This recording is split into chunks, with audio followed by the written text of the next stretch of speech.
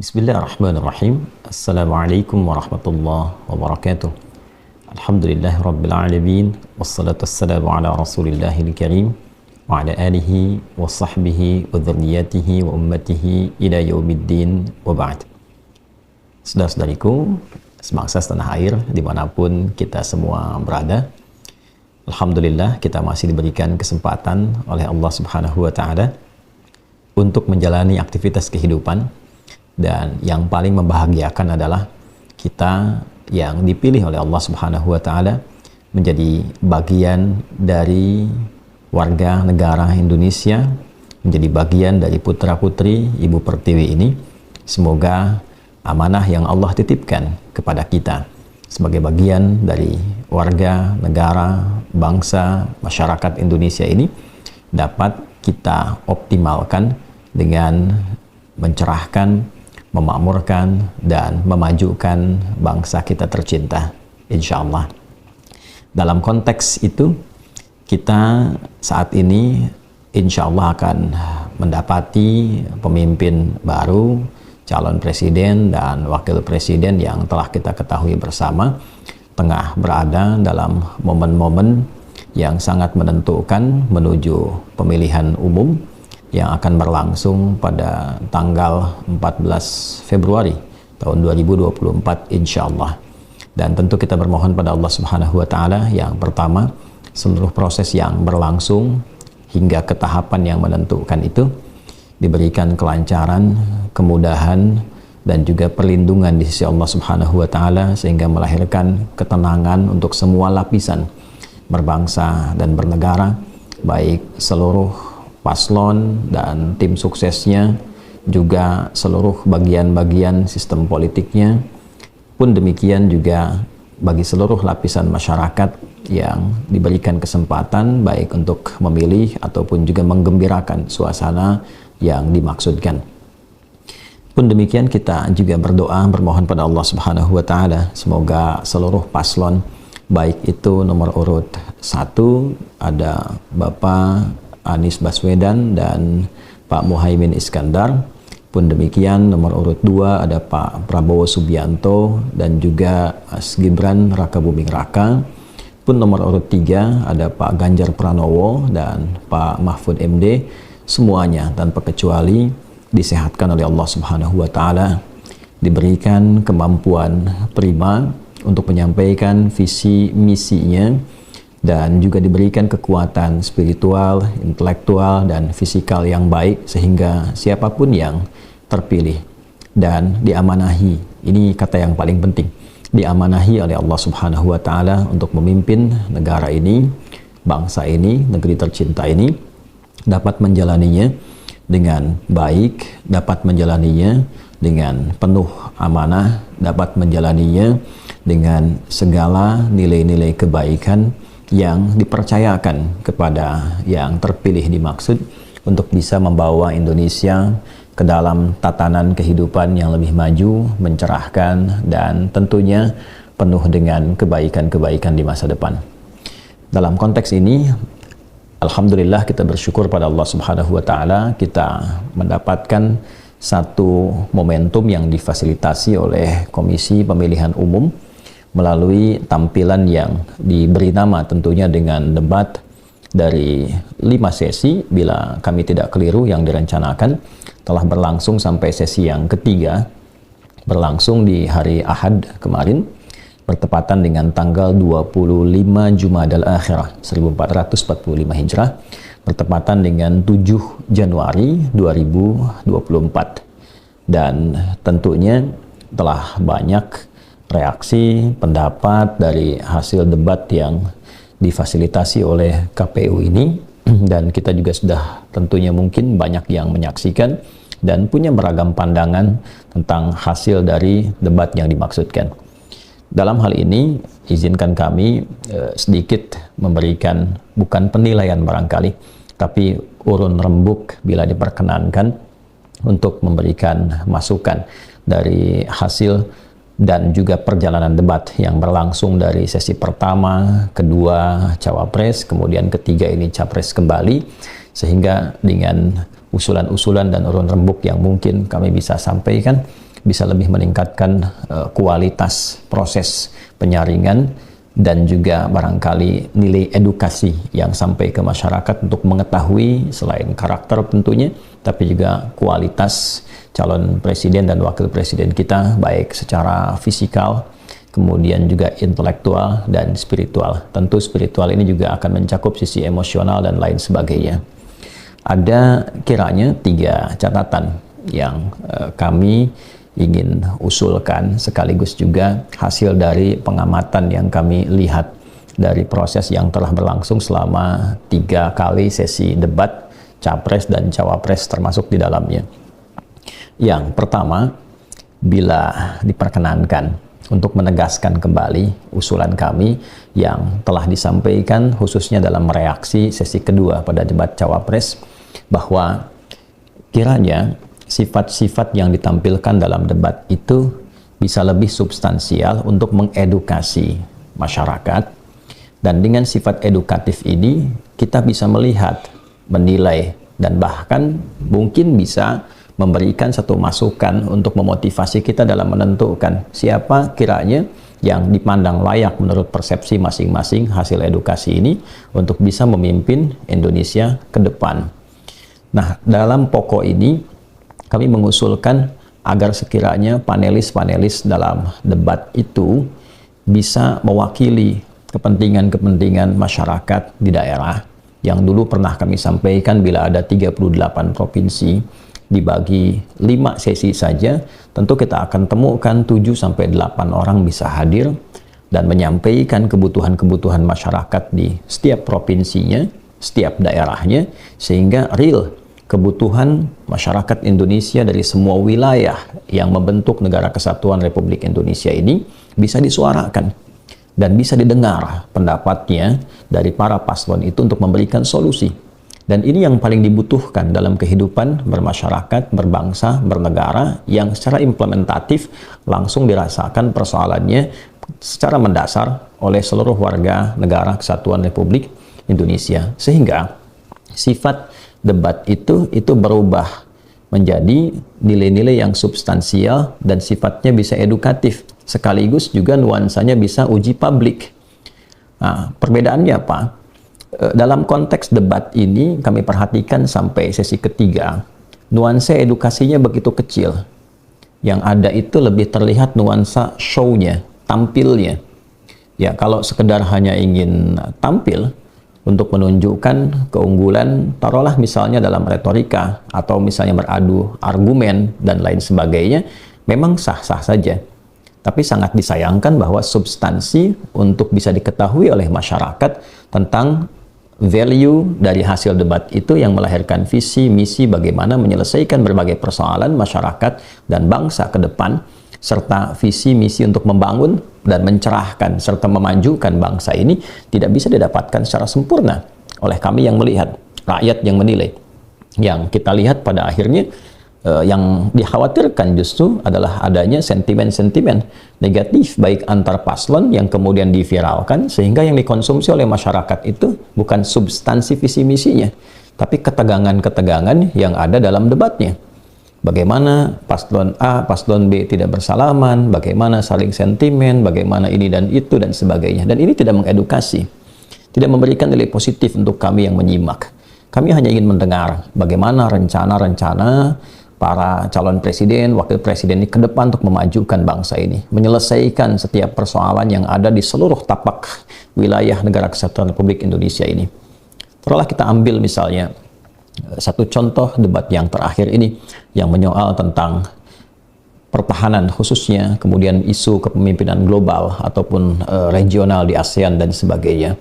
Ya, yang kita saksikan itu hanya adu argumentasi, kemudian juga bagaimana setiap argumen ini diperdebatkan dalam konteks debat, ya itu sah-sah saja, tidak ada masalah gitu ya.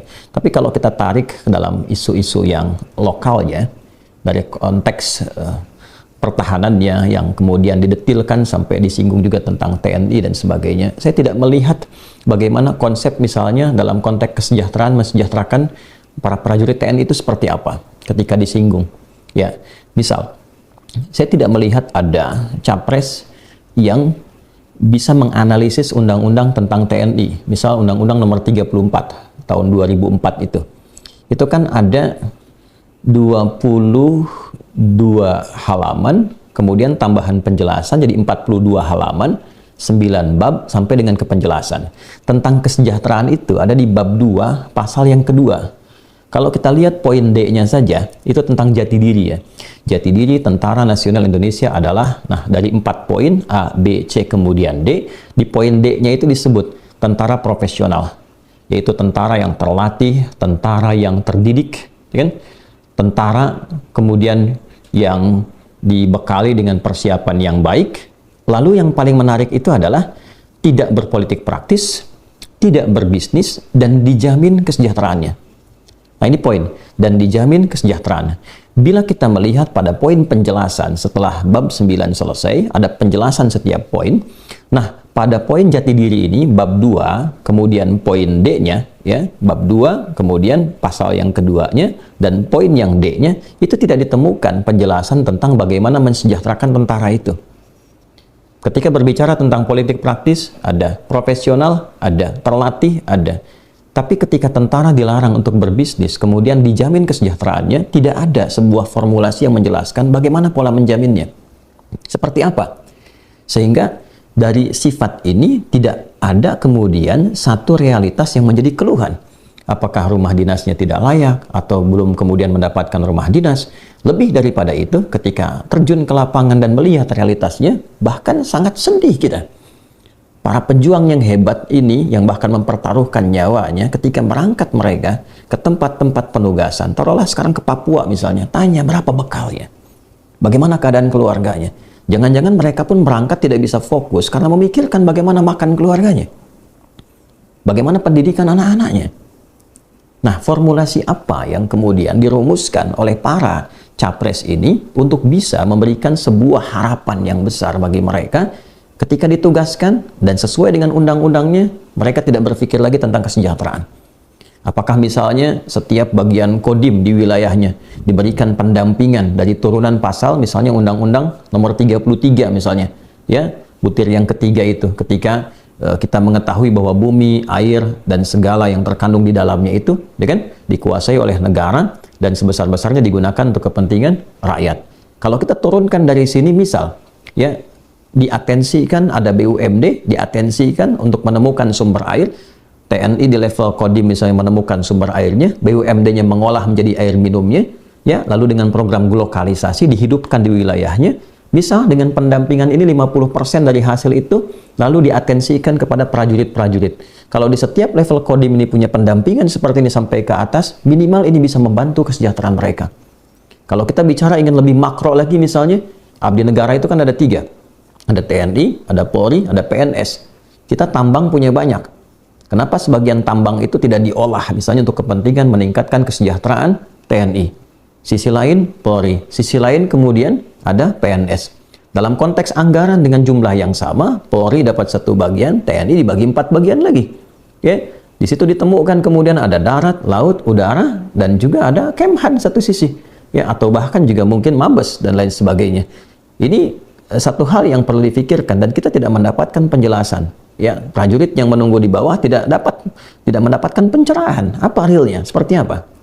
Nah, jadi konteks ini yang dibutuhkan oleh masyarakat. Edukasinya bagaimana? Membangun harapannya seperti apa? Ya, kalau sekedar hanya ingin kita dapat melihat siapa yang unggul, siapa yang kemudian bisa paling kuat argumen atau menang kalah dan sebagainya, itu tidak berarti banyak bagi kami masyarakat. Tidak berarti banyak bagi rakyat yang mendambakan sesungguhnya memiliki kejelasan tentang peta rancang bangun untuk memimpin Indonesia itu seperti apa. Itu poin yang paling utamanya. Ya, sehingga kalau saya komparasikan catatan kami atau usulan kami yang kedua itu, kembalikan konsep ini walaupun namanya debat, tapi dalam konteks uji publik. Ya, saya sangat tidak juga layak untuk mengatakan menyesalkan, tapi kalau boleh diperkenankan bisa direvisi gitu ya, konsep yang berlangsung oleh KPU ini, karena sayang ada 11 panelis pakar di bidangnya, tapi hanya ditugaskan untuk mengambil undian, ya, dan dengan undian itu jadi nomor, lalu ada subtema. Ya, ilmunya tidak terimplementasikan. ya gagasan-gagasan atau mungkin dari wujud pertanyaan yang bisa diujikan kepada capres itu dan bisa dilihat oleh publik itu tidak nampak. Jadi mereka hanya formalitas datang, ngambil nomor undian atau subtema, lalu ditampilkan. Lalu kemana sisi intelektualitas mereka? Untuk apa dihadirkan? Kalau cuma sekedar ngambil nomor itu ya orang lain saja, sisi yang lain saja. Ya, apa kapasitas dengan mereka yang cukup luar biasa, kita tidak bisa mengeksplorasi. Dan ini sangat disesalkan pada titik ketika kita bandingkan dengan inisiasi lahirnya debat capres ini. Ya, kalau saya tidak keliru, teman-teman juga bisa cek kembali datanya ya. Ini kan awal debat ini, awalnya kan semi formal di tahun 1999. Saya masih ingat, saya masih di pesantren waktu itu di Garut, di pesantren Darul Arqam Muhammadiyah Garut. Tahun 1999, tepatnya kalau saya tidak salah hari Selasa, ya, tanggal 27 April tahun 1999, dan disiarkan waktu itu di SCTV. Ya, pada saat itu. Nah, kalau teman-teman saksikan, ini kan inisiasi yang kalau saya tidak keliru dibangun pada masa itu oleh Dr. Imam Prasojo, ya, Imam Budi Darmawan Prasojo kalau nggak salah nama lengkapnya itu, seorang sosiolog dari UI. Kemudian ada Mas F. Saifullah Patah pada waktu itu juga sebagai panelis, ya, dan ini dilakukan kalau saya tidak keliru di Fakultas Kedokteran UI, ya, di Aula FKUI itu di Salemba pada saat itu. Dan ini forum mahasiswa sebetulnya. Ya, dan yang diuji pada masa itu adalah orang-orang yang direkomendasikan atau dinilai mampu menjadi kandidat untuk memimpin bangsa, walaupun bukan dalam konteks formal oleh KPU dalam tanda petik, walaupun nanti Pak Imam kalau saya tidak keliru pun jadi komisioner KPU periode 2001-2003 kalau saya tidak salah. Ya, tapi pada masa itu seorang Amin Rais, seorang Kiai Haji Didin Hafidudin, termasuk juga Sri Bintang Pamungkas, pun demikian juga dengan Profesor Yusril Ihza Mahendra, itu hadir dan kami masih bisa menyaksikan, menikmati bagaimana seorang F. Saifullah Fatah mengajukan pertanyaan kritis, ya, bahkan juga bisa, ya, dalam tanda petik, ya, menganalisis dalam dan tajam dan menyoal itu kepada Pak Amin Rais, lantas terjadi dialog dan kita bisa menikmati intelektualitas itu. Seorang anak sanawiyah, gitu kan, kelas 3 sanawiyah melihat itu dan bisa menikmati dan kita tahu gagasannya, ya kan? Nah, jadi alih-alih hanya kita satu sisi, mohon izin tidak bermaksud mengoreksi atau tidak merasa hebat atau benar sendiri, bukan itu yang kami maksudkan. Yang kami ingin maksudkan, jangan sampai yang kami tangkap dengan fasilitas media sosial yang banyak sekali, yang sekarang sudah banyak diviralkan, bahkan dipotong-potong, masyarakat termasuk kami hanya menikmati sentimennya saja, bukan argumennya. Ini seakan-akan ini punya masalah dengan ini, jadi sentimen pribadi. Yang viralnya itu kok yang nggak tatapan, yang viralnya itu capture yang ya seharusnya nggak jadi konsumsi publik. Kalau sekedar menang kalah, berapa banyak sih yang nyimak ini dari debat ini? Berapa yang berpengaruh kepada masyarakat yang punya hak untuk memilih? Kalau dari 300 juta asumsinya penduduk Indonesia, misalnya 200 juta yang punya hak untuk memilih, berapa yang bisa menyimak debat ini? Ya, kalau ini sasarannya kalangan menengah ke atas, sayang kalau kalangan menengah ke atas hanya disajikan pertentangan sentimen, bukan argumentasi yang mengedukasi. Barangkali ini komparasi dari yang terjadi tahun 99 sampai sekarang 2024. Ya, sampai setelah itu kan terjadi pemilu kan? Ya, kalau nggak salah 7 Juni 1999, pesertanya 48 partai. Ya, kemudian PDIP saat itu secara partai unggul 33%, tapi presidennya kan Kiai Haji Abdurrahman Wahid Gus Dur, ya, itu perjalanan. Ya, sampai kemudian KPU secara formal baru mengadakan debat setelah itu, ya, 2004 dan seterusnya sampai dengan sekarang. Nah, tapi kualitas-kualitas yang kita dapati dulu, rasa-rasanya sekarang ada beberapa yang perlu diingat kembali sebagai penyegaran di masa lalu untuk menjadi landscape format debat di masa kini. Baik, dan pada catatan yang ketiga yang ingin kami sampaikan, untuk semua, saya pikir sudah saatnya saya pribadi mohon berkenan dan dimaafkan dengan kalimat ini kalau belum berkenan, untuk menampilkan kedewasaan yang membangun kedamaian. Dunia bergerak begitu cepat, pertentangan di luar itu begitu luar biasa. Kita melihat bahwa dampak-dampak yang ditampilkan dari konflik global itu sangat berpotensi juga bisa memberikan pengaruh pada kehidupan berbangsa, bernegara yang sekarang kita banyak rasakan. Ya, baik yang sebagian telah disinggung, ya, secara materi, pengaruh-pengaruh dari aplikasi-aplikasi, kan, media-media sosial yang tentu kita juga lihat dari perspektif yang lain sebagai ancaman-ancaman tersendiri. Nah, hanya yang ingin kami katakan adalah jika para paslon ini dan juga bisa dikatakan tim ya politik terkait yang berada di belakangnya membangun narasi-narasi yang lebih mengedukasi, menampilkan kedamaian. Ya, karena masyarakat itu ya bagaimana di atasnya. Ya, menampilkan kedamaian, bersifat lebih elegan, itu akan lebih nyaman ya diterimanya, sehingga itu bisa meredam gejolak. Jadi kalau Anda ingin mengatakan mari kita hadirkan pemilu yang damai, yang tertib, yang baik, maka mohon berikan contoh dari atas yang secara elegan bisa ditampilkan, ya, wawasan bisa dibangun, mengeratkan silaturahim, ya, tata krama dan adab digunakan dalam berdebat, semua saling berjabat tangan, bersilaturahim, kemudian saling tersenyum, masyarakat senang melihatnya. Setelah debat kemudian semua juga menghadap lagi, rakyat disajikan dengan satu kerukunan, contoh yang jelas, sehingga tidak ada kesan-kesan yang ditangkap di masyarakat, adanya ya, satu gejolak-gejolak yang mungkin bagi sebagian pendukung itu bisa mereaksi dengan cara-cara yang tidak semestinya. Mohon izin bila saya menyampaikan bagian terakhir ini dengan porsi keulamaan yang kita sering dituntut untuk bisa mendamaikan masyarakat. Jadi kalau kami dituntut untuk mengajak masyarakat tenang, damai, sementara tokoh-tokoh di atasnya dan mesin politiknya tidak mengarahkan kepada sifat-sifat itu, lantas kiranya tidak mudah bagi kami untuk bisa memberikan hal-hal positif yang mendamaikan dalam kehidupan berbangsa dan bernegara. Saya kira itu poin-poin dasar yang ingin kami usulkan. Bila pun dipandang ada kesesuaian, alhamdulillah, semoga itu bagian dari petunjuk Allah yang bisa menjadi sisi positif dan bahan-bahan renungan kebaikan untuk kita semua. Bukan karena Adi Hidayat atau satu dua figur yang lain, tidak. Tapi kalau dipandang memang kurang tepat, jauh dari kapasitas, ya diabaikan saja. Toh mungkin ini hanya usulan-usulan yang dianggap kecil, yang mungkin tidak berdampak banyak bagi agenda-agenda yang telah disusun. Yang penting kami turut mendoakan, mudah-mudahan semua proses berjalan lancar, kita semua disehatkan, dibaikkan oleh Allah Subhanahu wa Ta'ala, dan lebih penting daripada itu, semoga siapapun yang Allah izinkan untuk memimpin bangsa negara ini bisa membawa negeri bangsa ini menuju kemakmuran yang mencerahkan dan berkemajuan untuk seluruhnya tanpa kecuali. Dan ingat, ini semua adalah amanah. Ini semua adalah amanah. Syarat menjadi presiden itu bukan ambisi, bukan keinginan menggebu, bukan hebatnya kita beradu argumen, bukan punyanya kita kekuatan materi, tapi syaratnya adalah ketulusan kita.